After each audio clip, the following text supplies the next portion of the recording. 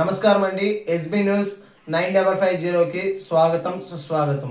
ఏ రోజు వార్త ఆ రోజు మనకు అప్డేట్ కావాలంటే ఎస్బీ న్యూస్ 9550 ఛానల్ను మీరు సబ్స్క్రైబ్ చేసుకుంటే ప్రతిరోజు వార్త మీకు అప్డేట్గా ఉంటుంది.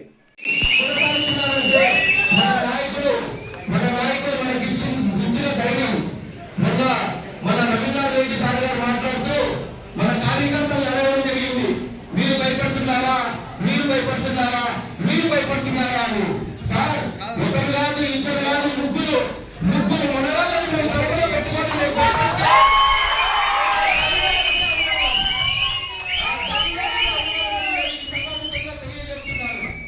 తెలుగుదేశం పార్టీ అధికారంలో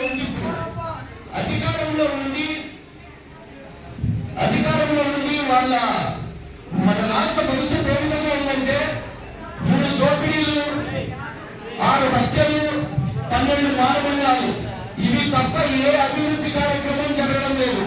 మన జగనన్న ప్రభుత్వంలో చూసుకుంటే పథకాల లిస్టు జరిగితే దానికి ఎన్నుండదు. జగనన్న అమ్మఒడి, జగనన్న విద్యా దీవెన, జగనన్న రైతు భరోసా, ఆరోగ్యశ్రీ, ఇట్లా పథకాల పేర్లు చెప్పుకుంటా పోతే ఎక్స్ట్రీమ్ లెవెల్ ఉంటుంది.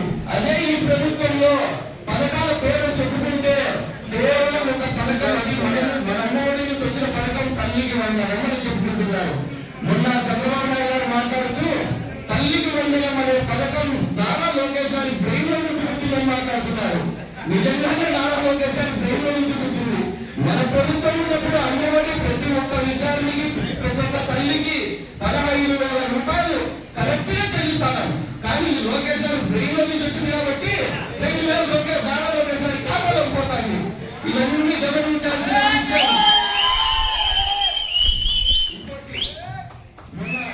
నేను సురేష్ అమ్మాయి ఒక జిమ్ ఈవెంట్ పోవడం జరిగింది. అక్కడ నా పార్టీలు, మన పార్టీ కుటుంబ సభ్యులు, నా స్నేహితులు నన్ను నువ్వు వచ్చిన కార్యక్రమం ఏంటి, నువ్వు మాట్లాడిన మాటలు ఏంటి అంటే నేను ఒకటే చెప్పిన, 40 మంది ఉన్నా, 400 మంది ఉన్నా, నేను నా పార్టీ గురించే మాట్లాడతా.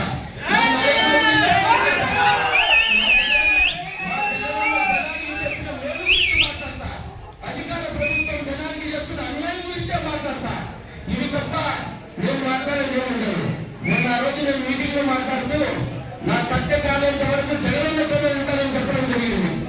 ఈయన కట్టె కాలేంత వరకు జగనన్నతో ఉంటానని తప్ప అది నేను అవమానించి మాట్లాడాను. అదే నాయకుడు వాళ్ళకి ఇలా చెప్తానా, నా ప్రాణం ఉన్నంత వరకు మా నాయకులతోనే ఉంటా,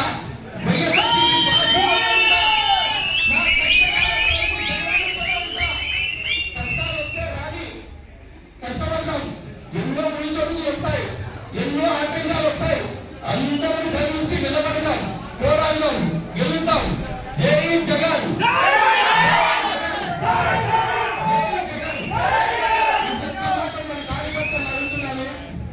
మనము అధికార పక్షానికి భయపడతామా? మీరే సమాధానం చెప్పాలి.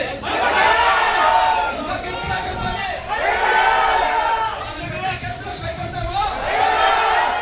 ఎవరు భయపడే భయం అనే తెలియని బ్రాండ్ లో ఉన్న పార్టీ